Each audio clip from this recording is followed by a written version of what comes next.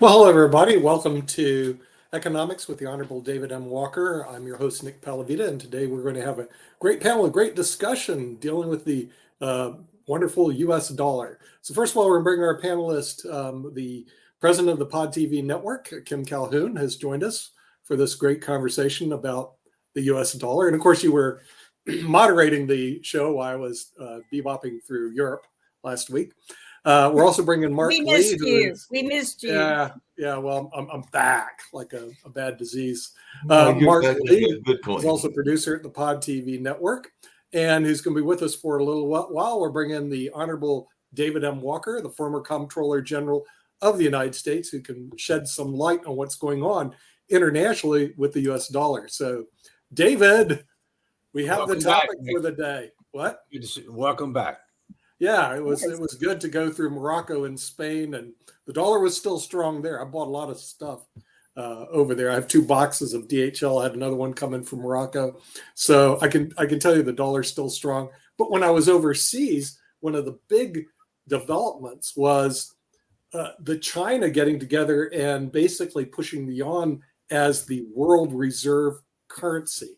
So the question is, the United States and the U.S. dollar going to lose the world reserve currency status? What are your thoughts on that before we get to another even more important issue? Is the United States in the next 7 weeks going to default on their debt? So we'll hand it to you. Well, first, as you know, Nick, both of these topics are addressed to varying degrees in my latest book, American 2040, Still a Superpower ? With regard to the reserve currency, in the book, I said that there was going to be an alliance against U.S. interest economically, diplomatically, militarily, and culturally. And one dimension of that economically was reserve currency status. And the alliance was China, Russia, North Korea, Iran, and several other countries. What we've seen in the last 2 weeks is a number of concrete steps that have been taken by China and others to try to come up with alternatives to the dollar, whether it be a single currency or a basket of currencies. And my personal view is the United States will not lose reserve currency status, but that we will reduce our market share. And some of the things that we've seen is, Saudi Arabia now saying that they'll sell their oil with currencies other than dollars. And you know as well as I do that there are several tremendous advantages that we get by being the leading reserve currency. I think about 60% of central bank reserves are in dollars. And the 3 main advantages is that we could borrow at a lower rate than otherwise would be the case. We have advantages from a trade standpoint. And thirdly, we have the ability to impose economic sanctions on nations and individuals based upon that status. But ironically, one of the reasons that people want to move away from the dollar is they don't like the idea that we can impose those economic sanctions. They want alternatives to U.S. power from all those dimensions that we talked about. So, those are my thoughts. We're not reserve currency status, but we are going to lose market share over time. Hey, David, along those same lines, and we talked about it the last time we were on the show, and I've been doing some research on it and doing some interesting readings on it. And we talked about something that I know you mentioned before, which is BRICS. And a lot of those countries historically have not been the greatest friends of the United States. Even Brazil has had its issues with us, definitely Russia and, India. That's kind of on the fence in terms of what its relationship with the U.S. is. But quite a few of these definitely have not had the best relationships, including China and everything. But there are some other ones that have put in membership that have been on our friendship list in the past. So that actually surprised me when I saw that apparently there are countries like Argentina, Algeria, and even Egypt and Nigeria, and even our good friends to the south of us, Mexico, that are applying to be part of this BRICS alliance, including, like I said, Turkey, Saudi Arabia, and Indonesia. But, Nigeria is definitely an economic power to some degree in Africa and around the globe, and it has been a friend of the United States. I could say the same probably about Egypt and a number of other things, and definitely even Argentina, I think, has been pretty much pro-West. So is there a danger when some of these pro-West countries are starting to look strongly at the possibility of this BRICS movement? I think that is a warning sign. Let's understand that there are several different alliances out there, okay, or international consortiums out there. The UN has something called the non-aligned movement. And as you know, I used to be chairman of the audit committee of the United Nations. And so I've got some experience dealing with the UN. And I can't recall the exact number of countries that are in the non-aligned movement. I want to say it was in the 70s, roughly 70 some countries out of roughly 190 countries in the world.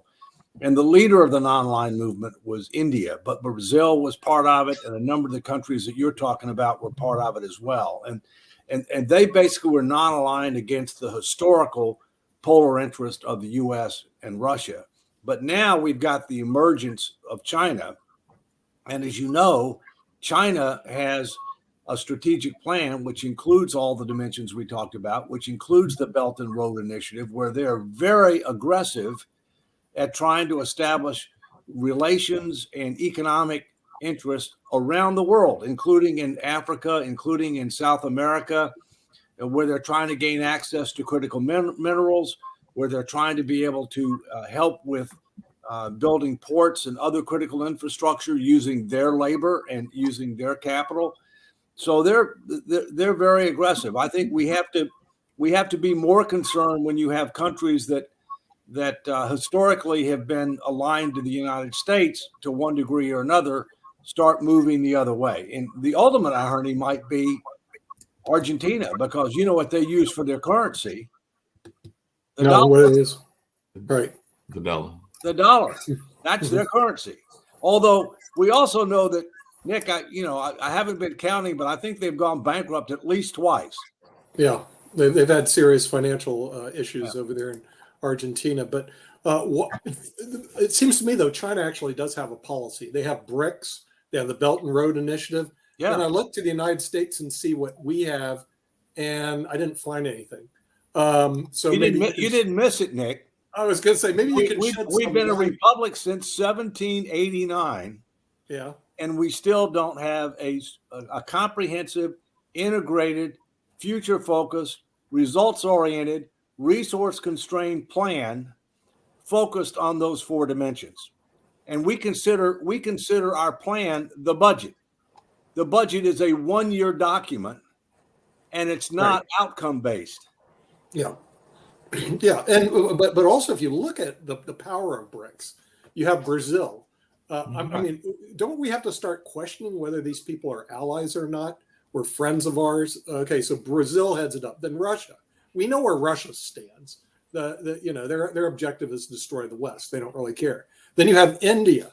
We have a lot of people in India come on our shows, David, but we're going to have to start asking questions. Whose side are you on? Seriously, because India, I think, recently became the largest country, or will, in the world, with 1.6 billion people in terms of population.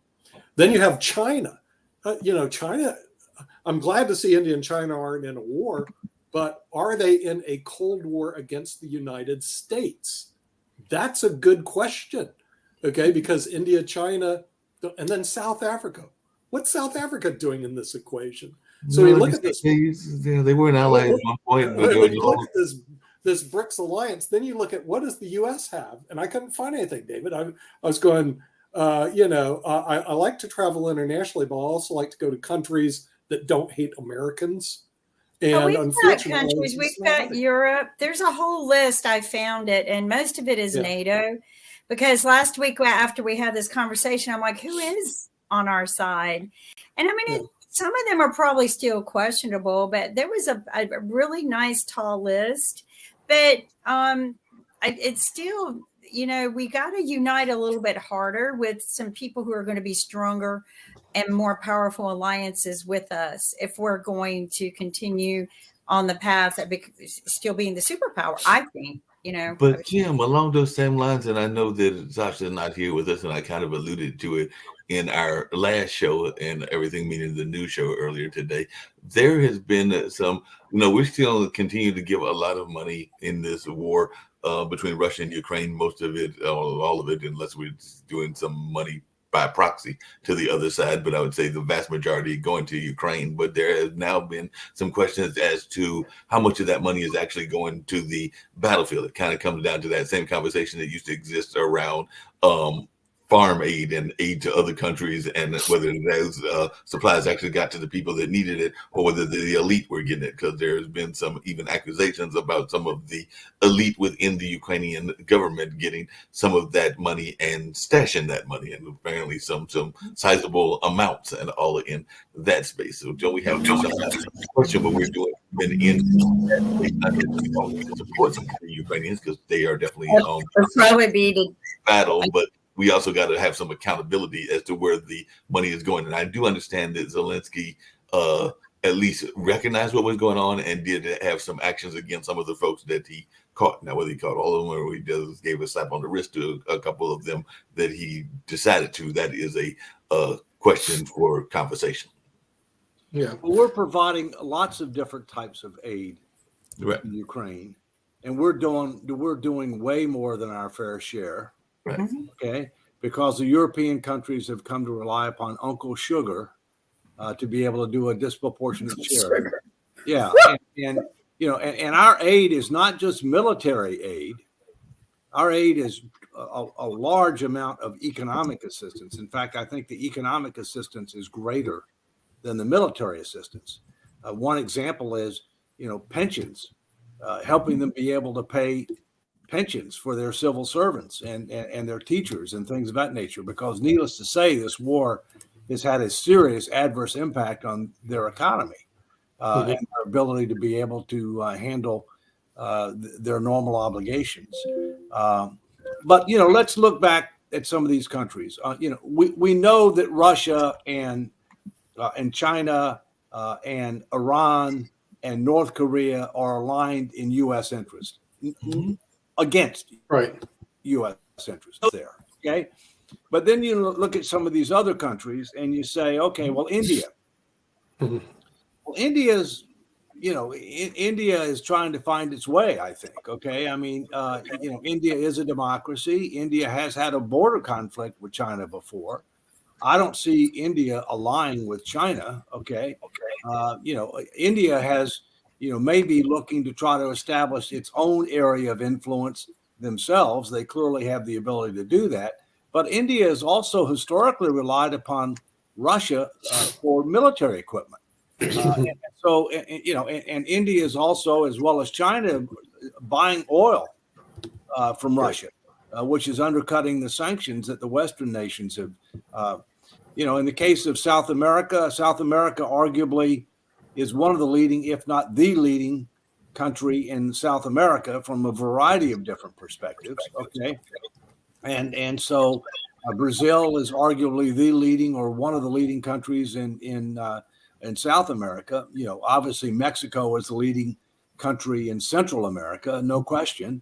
We do have alliances. Okay. I mean, there is an association for Latin America countries, which the United States is part of. We have NATO, okay, which is a military alliance, defensive alliance. We have SATO, which is a military, Southeast Asia, which is a military defensive alliance in Southeast Asia, which includes countries like, Japan and Australia and Thailand, et cetera. And so we do, but we've been resting on our laurels for way too long. Speaking of resting on our laurels, we need to be much more. We need to be much more proactive, much more strategic, and we need to recognize that we need alliances more now than ever. Right. Yeah. Speaking of alliances, and I think it was maybe Lee with popping in, as well, and all in that space. As a matter of fact, he's there with us. But speaking of alliances, one of the things that I was curious about is some of these countries are also doing some interesting things on their own economic self-interest. Because one of the things that I was reading about was around Saudi Arabia, and they're having some interesting relationships that are going on that I just recently learned about. For one, and I come back to something that Kim said, I think it was on last week's show, about how we need to protect some of our own interests even here in the United States. But apparently Saudi Arabia had a 2021 mandate that said that foreign firms had to establish a local headquarters by the end of 2023, which is the year we're in now, or risk losing out on lucrative government contracts. And that's definitely been a conversation that's been going on there. Do we need something similar? And I know that the other thing that they're doing is apparently they're getting ready to try to get 500,000 women to come in from Ethiopia. So apparently they've got a relationship now with Ethiopia where they're going to bring these women to work as domestic workers. So I don't know that we need to get domestic workers coming to the United States, but do we need to have these rules about how people are coming in and whether they need to have an established presence in the way that Saudi Arabia is doing? I'm not sure. You know, I mean, that's an immigration question. I think what we're looking at, not so much immigration, Mark, is the United States going to strengthen our international alliances? Because at least this is the way I see it, David, but I go to Chinese websites. David, China wants to rule the world. I mean, and they've made it perfectly clear they want to knock the United States off and put the Chinese, as they say, rightfully so, in charge of the world government. The United States response is nothing. In other words, it's almost like we're ignoring a verbal and standard threat by the Chinese to basically create world dominance. And we're sitting there going, okay, go ahead. We're not going to do anything. And BRICS is just one part of what they're doing. I'll also give you this. So when I was in Morocco, like last week, what television programs do you get to watch? Do you get to watch ABC from the US? No. CBS? No. NBC? No. But you could watch CGTV. That's Chinese government television. China in English, by the way. So the thing is, the TV I got to watch in Spain and Morocco was Chinese media. Where was the US media companies? Well, They're not even there. Do you know who owns the largest movie chain in the United States? I have no idea. Who? China would not Chinese? surprise me. Yeah. But see, it's so important. That's part of their strategy. That's part of their strategy. I mean, is cultural influence. Yeah, cultural influence. Right. And they had all English-speaking people on the show. It looked like an American show. It was like if you ever saw RT called Russian Times. Yeah. It was all like American, but it was owned by Russia. Well, Yeah. China, to give you an idea of their influence, the first thing you do, as Goebbels knew and Hitler knew, is take over the media. Even Putin knew that. If you're going to start a war, first thing you do is shut down every media except them. China's not stupid. So what they're very smart. They're very smart. So they've got their own challenges. They've got bigger demographic challenges than we do, or whatever else. But all the more reason why I'm saying I think our highest degree of vulnerability is really within the next 5 to 10 years. Yeah. You know, and I would say within the next 5 years, especially for things like Taiwan, because they're rising, we're declining, absent a course correction. And given some of the challenges they face, especially with regard to demographics, you know, they have an incentive to, if they want to do something, to do it sooner rather than later. But now, David, that kind of comes to the point I was making, and I know that Nick kind of dismissed it because part of it was around immigration and everything. But you used to work in the government, and particularly in the space of finances and all in that kind of lane in your work as the comptroller general and all in that kind of space. But is there any rules that are here in the United States that exist that say, which we see all over the country, including where Lee is in New York, that if a company wants to come to China and buy up this property, whether it's that movie theater that you're talking about, I can't think of the one that it is, but I did know that they were Chinese based and all of that, or whether they buy up half of California and half of Hollywood, that they have to give something back to the United States, much in the way that Saudi Arabia has created this rule that they have to do this or lose out on the government contracts in that part of the world. So do we have anything similar that stops this influx that is taking place. Well, no. I mean, what's happening now with regard to the property issue is the states are taking action because the states are sovereign entities, and they're taking actions to be able to prohibit certain entities that are deemed to be security or other risk, which would include companies that are owned by the PRC, to be able to purchase property. And the two things that they're most concerned about is agricultural property and property that is close to key military and other government installations. But again, this is another example of the Chinese are very strategic. Okay. Yeah. They've been doing this for several years. We're just now waking up to this, right? And so they're going to try to stop it, but that doesn't mean they can unwind what's already happened. All right. I mean, I haven't had any discussion about that, but at some point, Nick, we probably ought to pivot, if you want my input on it, to the debt ceiling. And then y'all can continue the conversation with regard to these other issues, because I can't stay the full hour. You're muted, Nick. You're muted. The debt ceiling to me is very important, especially if the United States makes a big blunder on the chessboard and defaults. Okay. And now there's this brinkmanship going on again, once again, with the debt ceiling. So what are your thoughts on that? McCarthy apparently said no give to this, and Joe Biden goes no give to that.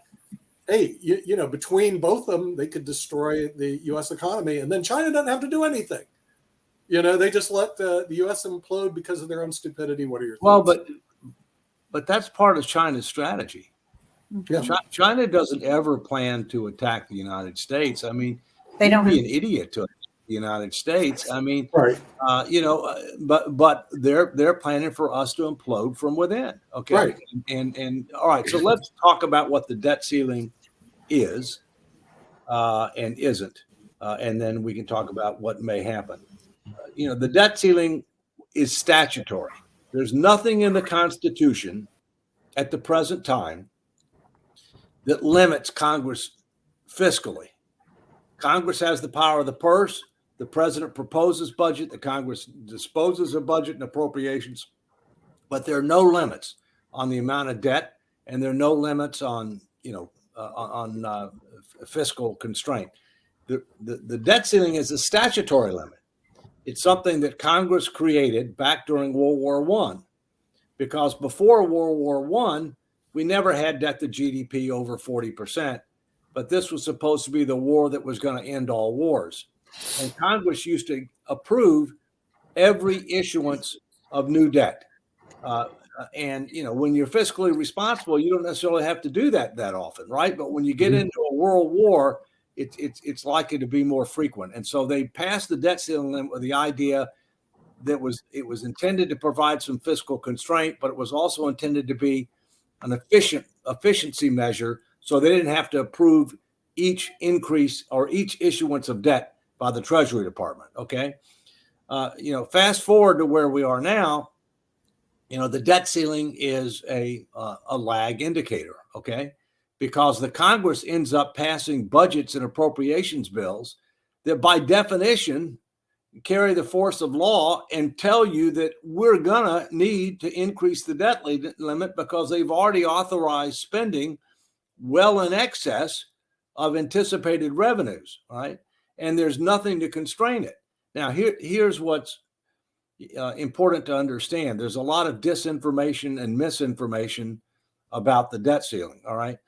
First, there's only one thing in the Constitution of the United States, financial item, that's guaranteed by the Constitution, and that is debt and accrued interest to the United States. By that, I mean Treasury securities.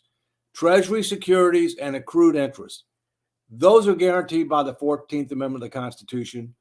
We will not default on that, okay? We can't default on that. Secondly, a lot of people try to say, well, you know, if we hit the debt ceiling, then we're not going to be able to pay Social Security and Medicare benefits. Not true, because as long as you have assets in the so-called trust funds, which, by the way, is government debt, as long as you have assets in the so-called trust funds, then you can cash in those bonds, which are non-readily marketable, closely held bonds, go to the market to be able to generate the cash, because those bonds are counted in the debt ceiling. All right. And so as a result, you're just moving from closely held bonds to bonds, held by the public. And that doesn't change the amount subject to the debt ceiling. Now, obviously, the amounts that are in those trust funds are drawing down, as has been noted in the latest Social Security Medicare trustees report. But if we did hit the debt ceiling, what would have to happen? You wouldn't be able to pay everything else. You'd have to start making choices on what you were going to pay. You'd have to probably have a partial government shutdown, so you could save payroll costs, at least temporarily. You'd probably have to delay payment of contractors. We don't want that to happen. It should not happen. In my view, it won't happen. But they need to start getting serious about what kind of deal can be done, because the idea of raising the debt ceiling without any conditions, to me, is not appropriate. We are totally out of control. On the other hand, we need to be talking about what kind of conditions ought to be part of a debt ceiling deal. In my view, you have the budget process, which is what you should be using to cut spending. All right. And so that should be handled through that normal process. The question is, what can we do as a condition of the debt ceiling that might actually help us to start treating the disease? By that, I mean the large and growing imbalance between projected spending and revenues. What are we going to do to close that gap? And that's why when I testified a couple of weeks ago in the House, I said you should think seriously about creating some type of a statutory, which means the Congress buys in, the president buys in, statutory fiscal sustainability commission comprised of capable, credible, and non-conflicted individuals that would engage the American people with the facts, the truth, the tough choices, solicit input, set the table for tough choices on social insurance programs, defense and other discretionary spending, and revenues. Because we need to do that. The only way we're not going to be able to put our finances in order through the regular order. That's just not going to happen. And statutory approaches just haven't stood the test of time. Last thing is, as I've said many times before, we've got to have a constitutional amendment that limits how much debt as a percentage of the economy we can take on absent extraordinary circumstances, because one Congress can't bind the next Congress through statutory approaches. The only thing that can bind current and future Congresses is a constitutional amendment. Hey, David, along those same lines, and I do not tend to be the economic or the economist among this group and everything, but I've been hearing a lot of conversation online and a lot of other places about this. We're coming up on tax season, and tomorrow is officially tax day, since the 15th fell on the weekend and all that. And I know some people got extensions, but apparently the United States has this whole notion. It's today. Tax day is today. Okay. Yeah. Today, the 17th. Be sure you file that timely extension, Mark. I got you covered. But the question in that space was, with taxes being filed and all of that being done, the U.S. also has to keep its money in line. And I've been hearing conversations over the last several days and several months about this $1 trillion, and I said trillions in plural, that is apparently out there just missing or miscounted or not being properly counted and all of that. They were talking about like some derivatives and some other things in that space. I'm going like, how do you lose $65 trillion in accounting, and how do we get around this unrecorded stuff that's on the balance sheet? Because when I'm going like, wait a minute, there's like $1 trillion lost, as a regular citizen, I'm going like, how does the government lose a 65 or however many trillions of dollars in that space? A lot of folks can't even fathom that amount. So please try to explain that to the common folks like myself. Well, I'm not sure about what 60. Okay, maybe I think I know what you're talking about. We have a budget which is cash based. Right. And we have annual financial statements which are accrual based. Mm-hmm. But we need additional improvements to the annual financial statement. For example, the amount that we owe to Social Security, Medicare, and other government trust funds the so-called, the closely held bonds that are guaranteed by the full faith and credit of the United States government, both as to principal and interest, and the 14th Amendment, they're not counted as a liability by the government. Because what they want to say is, well, we really owe it to ourselves. No, you don't. You owe it to the beneficiaries of the Social Security and Medicare system. You took their money. You spent their money on other things. You replaced it with a bond that's guaranteed. It's got legal constitutional substance. You should recognize that as a liability, because you should treat these trust funds as separate and distinct legal entities, not as a separate account or sub-account under the general ledger. All right. Another example is the biggest numbers relating to the U.S. government are the differences between what we've promised for Social Security and Medicare and the amount of expected revenues we have to deliver on those promises, and the bonds that we have that are guaranteed. That's the $75+ trillion number. Yeah, that would definitely be that. Financial statements. Yeah. But they're in the footnotes. They're in the footnotes. So what this article was talking about. Well, the article. Let me clarify. There is a separate statement of social insurance. I apologize. We got that done when I was Comptroller General. We got that done. We also got laid the foundation for a long-range fiscal projection when I was Comptroller General. But it's not on the balance sheet. And so what I've argued is two big things. One, the bonds ought to be on the balance sheet as a liability, and we should have a double bottom line for the balance sheet. The first bottom line should be the numbers with the current numbers with the intergovernmental bonds. The second one, which should consider the unfunded obligations of Social Security and Medicare. So we should have a double bottom line. So we're providing much more visibility, much more transparency with regard to our true situation. And I continue to advocate for that.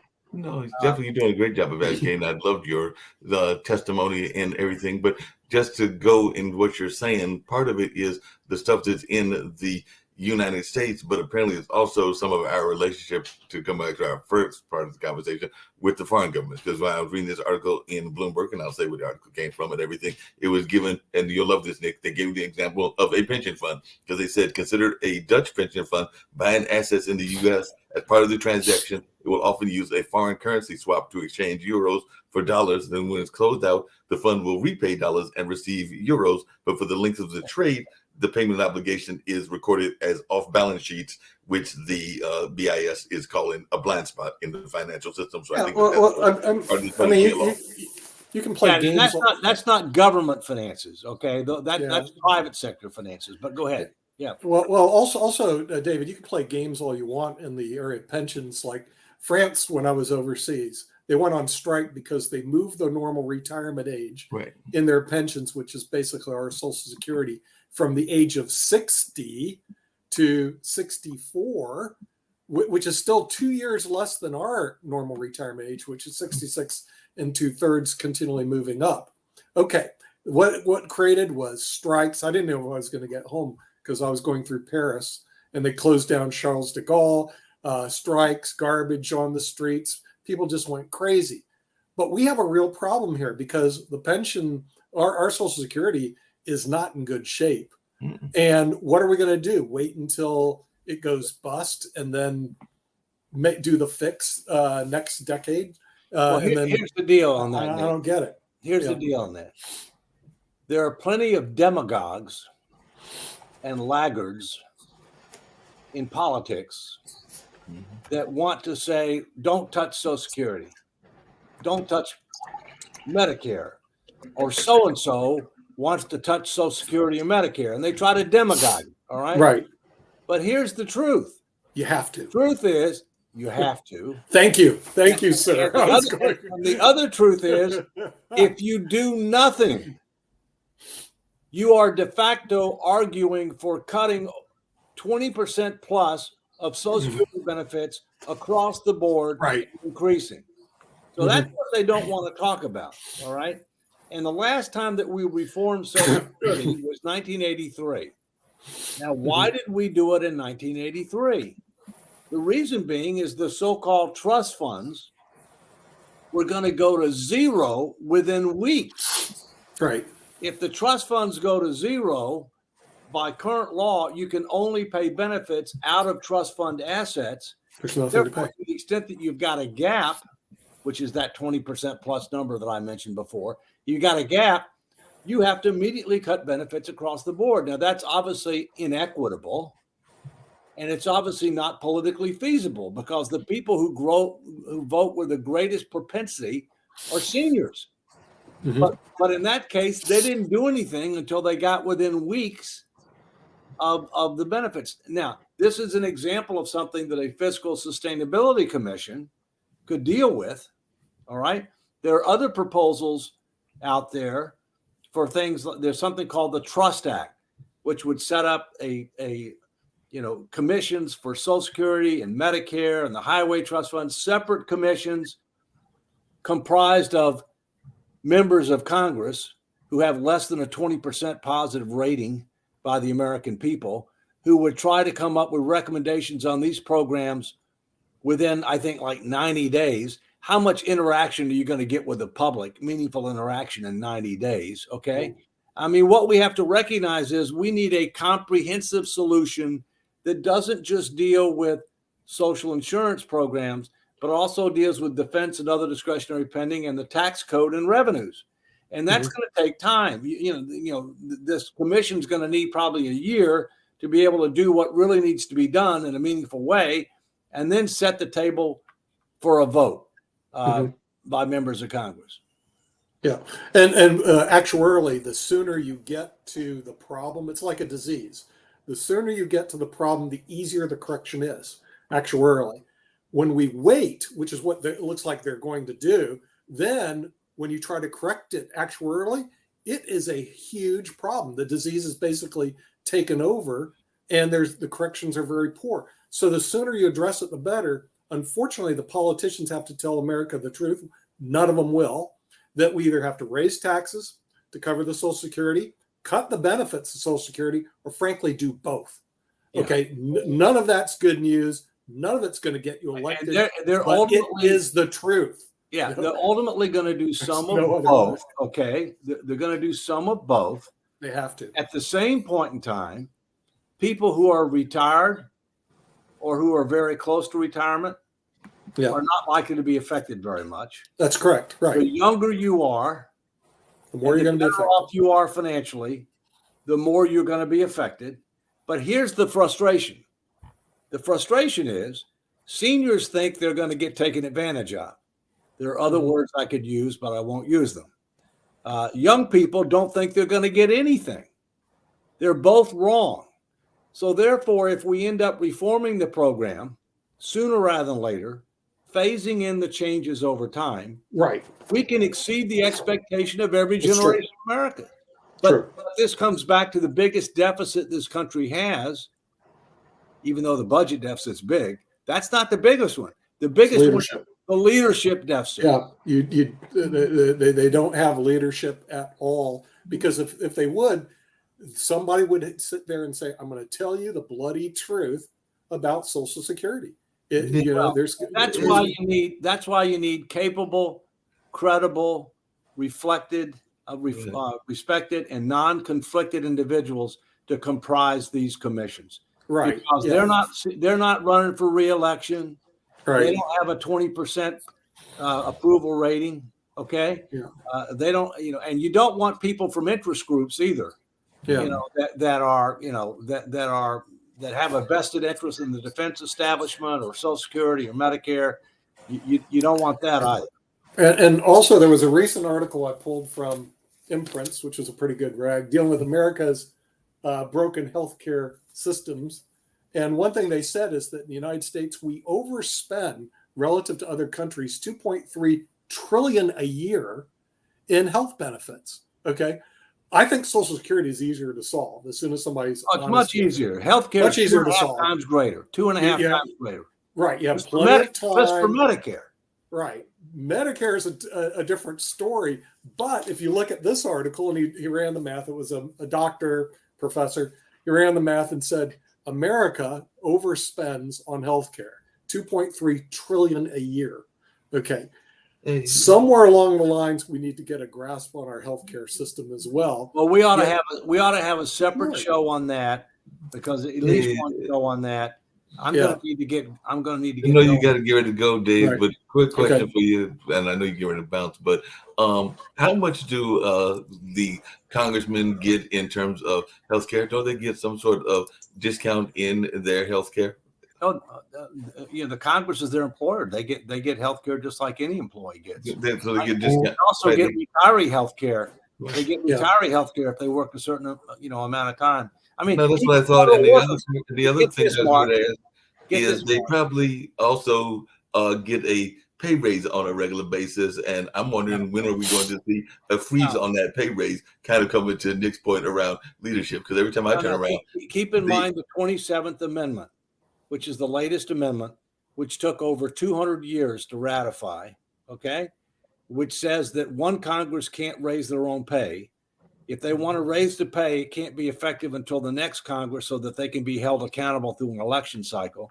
There is discussion. There are proposals to raise congressional pay because they don't like inflation, although they caused it. All right. So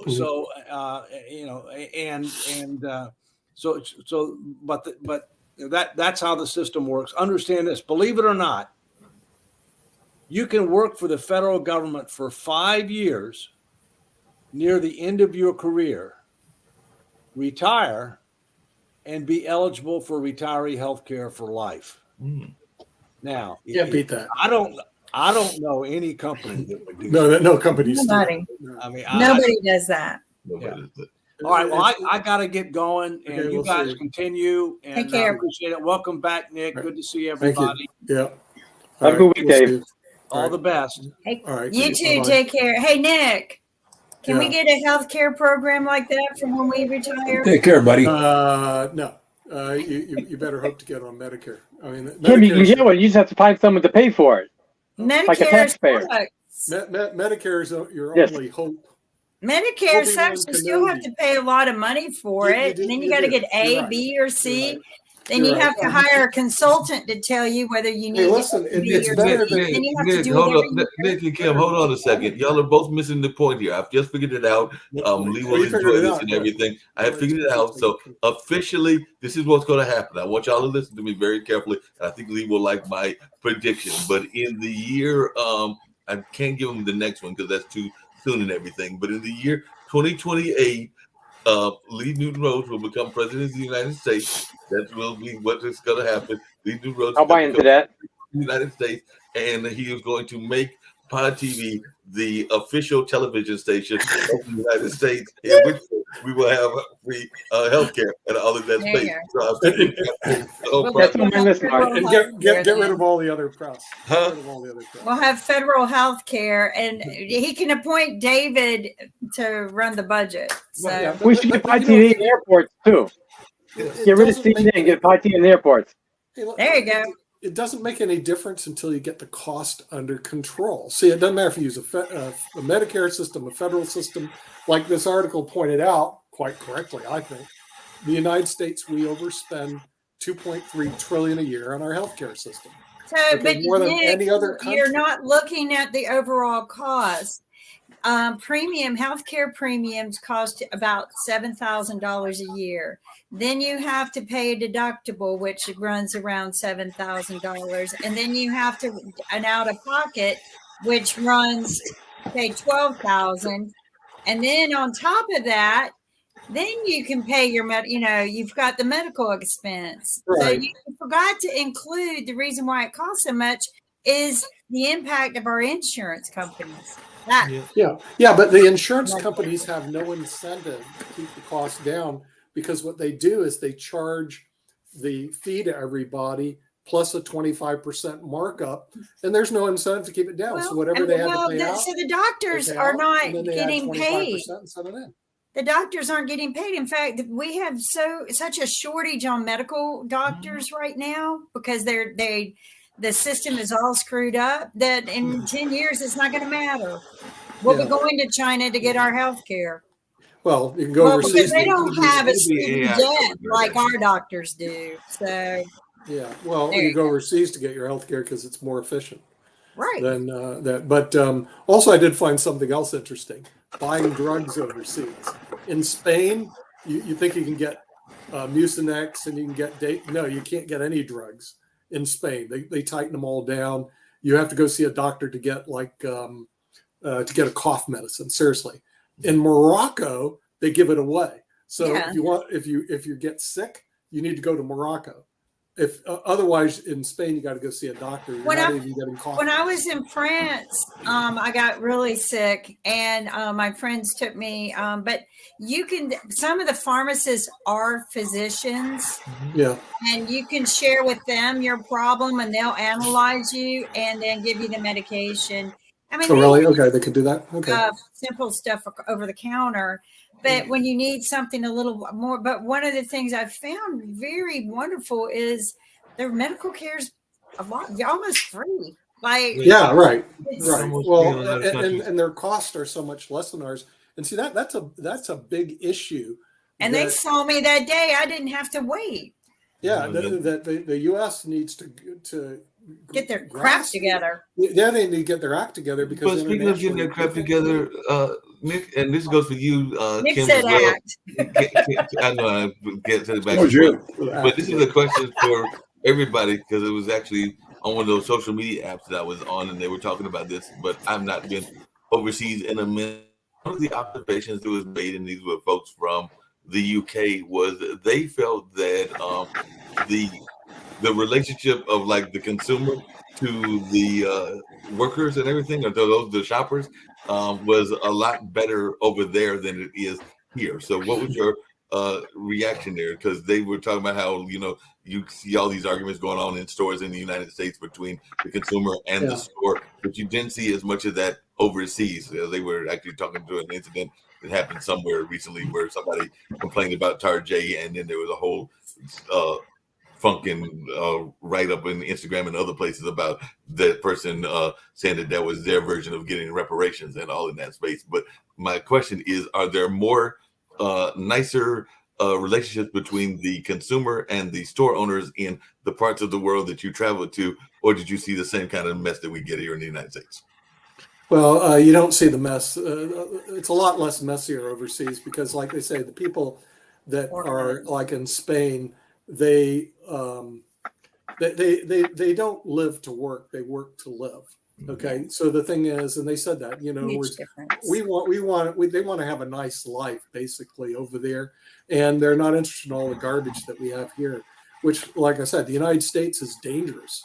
Well, and they 10 treat each times other more with dangerous to Right. live in. 10 times more dangerous to live and in. they're so respectful to each other. And one of the things I thought was interesting, and I guess it cut down on their shoplifting, but like a lot of the smaller convenience they do stores, pickpocketing. They don't do shoplifting. They pickpocket. it's all at the counter. You go there and you tell them what you want, and they go get it for you and bring it and check it out, and then you pay for it. So I noticed that when I was in Colombia, there was some of that in Europe, not a lot, but I did notice a lot of that in Colombia, which I thought was interesting.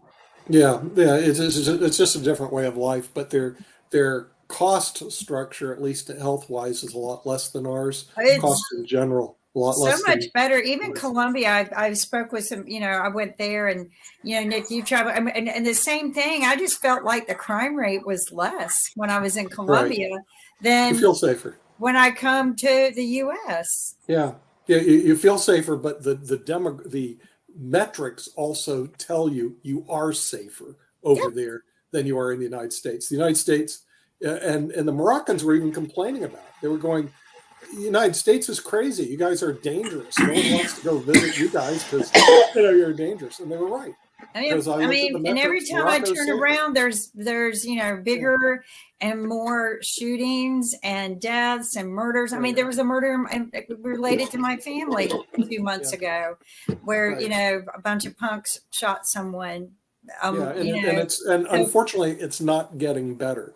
Okay, I see the U.S. has diseases that are getting worse, and the Chinese attitude is this: like Lot said, the best way to win a war is not fire a shot. So our war against the United States to take over will be real easy. We just let the U.S. implode, which is what they're counting on. And because we're all egos. That's something I heard in various places that I went to, that the Americans have a heavy-weighted ego problem and greed. And it's like you said, it's not about working to live or just... Only the British may beat us in that one. And it's all about one-upping, right? It's not about helping others up. It's about how much more can I one up someone. I think Trump started that.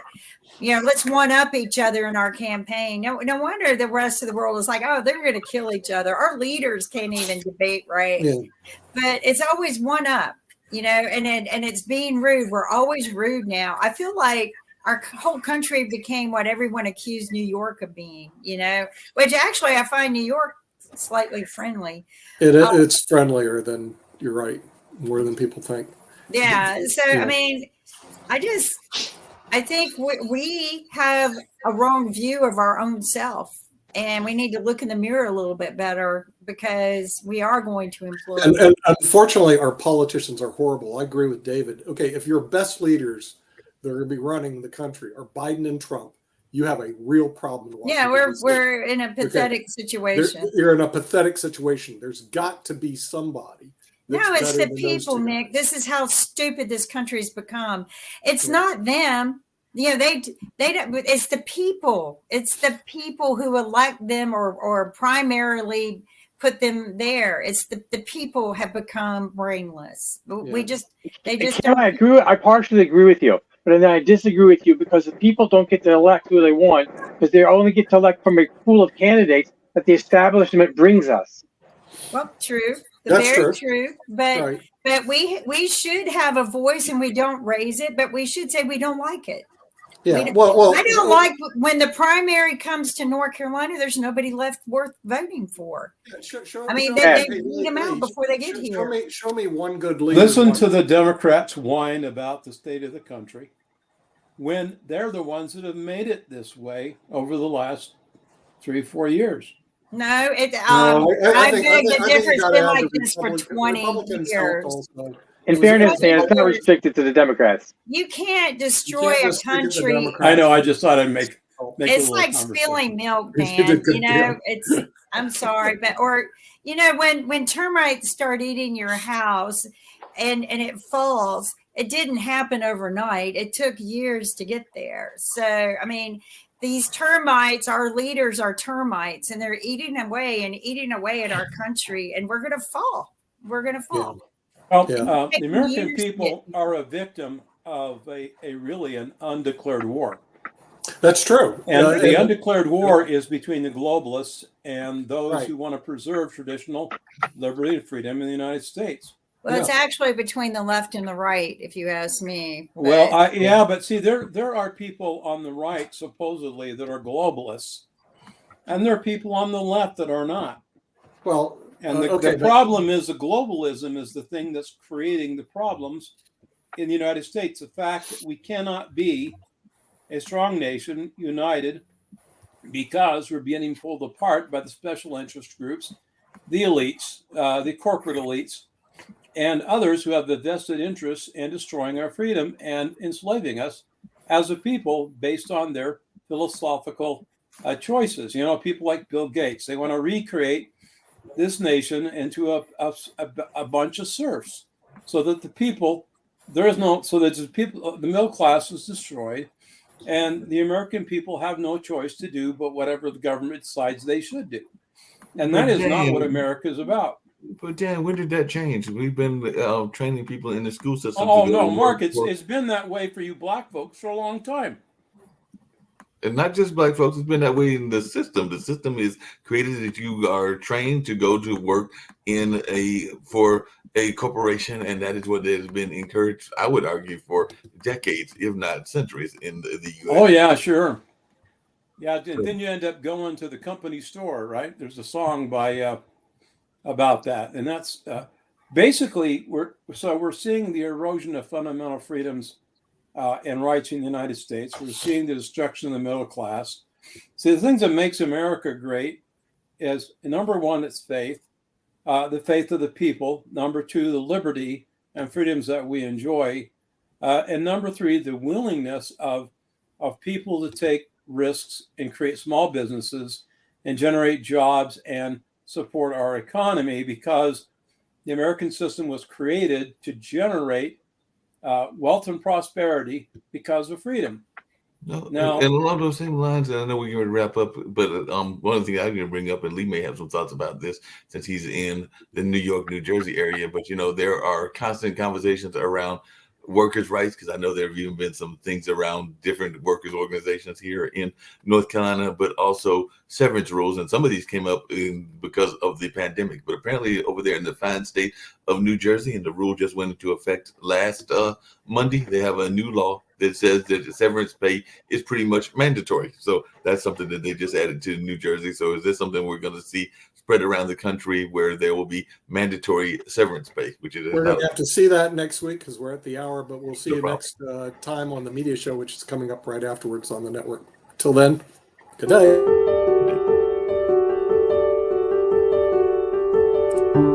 See you later.